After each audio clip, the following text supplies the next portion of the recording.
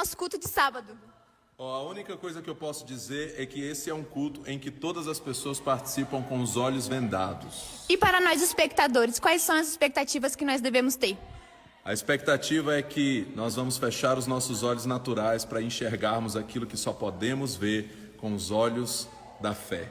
Aquilo que a gente só pode ver quando a gente fecha os olhos naturais. Só isso que eu posso dizer.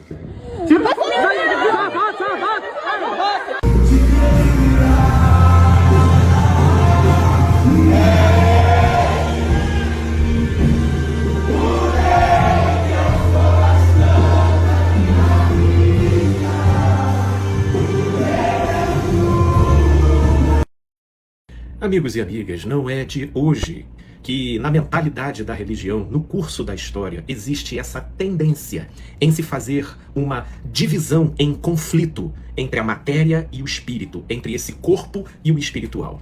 Daí, inclusive, nasceu o gnosticismo, uma herança da filosofia, mas que se adentrou na teologia e começou a criar parâmetros de distinção, sacrifício e menosprezo a tudo que se relacionava ao corpo, para que só então o espírito pudesse se libertar e visualizar Deus com mais pureza. No entanto, absolutamente nada disso subsiste ao fato que o Cristo de Deus, que outrora era o Verbo, ele se encarnou entre nós. E o Verbo de Deus se fez carne. Logo, Jesus, o Cristo, ele tinha pinto, bumbum, pernas, braços e ele tinha olhos. Sim, os chamados olhos naturais. E absolutamente nada disso impediu a conexão dele com o Pai.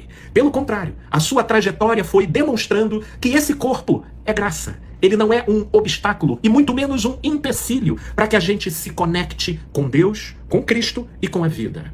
Mas essa tendência, ela continua a operar. Mas uma coisa é fato.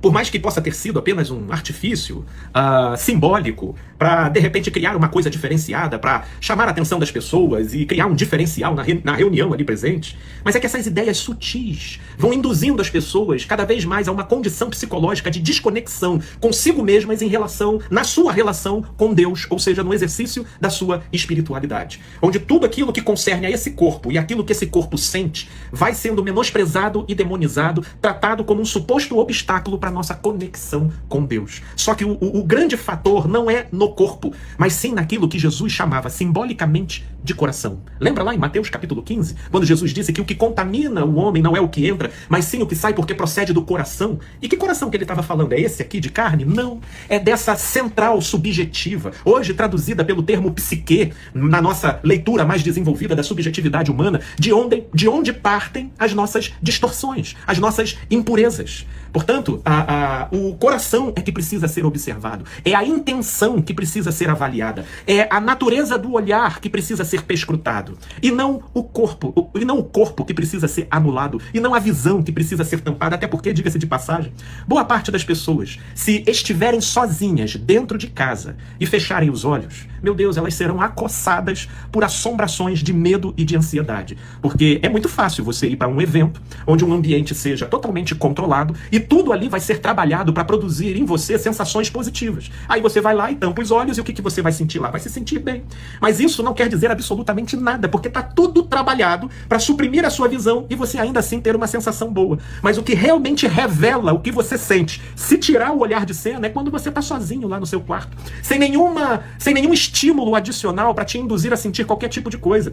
E é nessas horas que, por exemplo, a maioria não consegue dormir, não consegue sossegar, porque o coração ainda está abarrotado de medos e ansiedades não resolvidos. Portanto, o grande segredo da coisa, relativo aos olhos espirituais, não tem esses olhos naturais como obstáculos, mas sim os nossos medos, as nossas noias, as nossas sofrências antecipadas por aquilo que ainda não aconteceu. E aí isso vai ficando intacto, e a gente o quê? Tapando o olho, tapando o ouvido, tapando a boca, achando que está fazendo alguma coisa. Quem dera fechar esses olhos aqui, magicamente abrisse os olhos espirituais. Isso só pode ser coisa de pastor insano.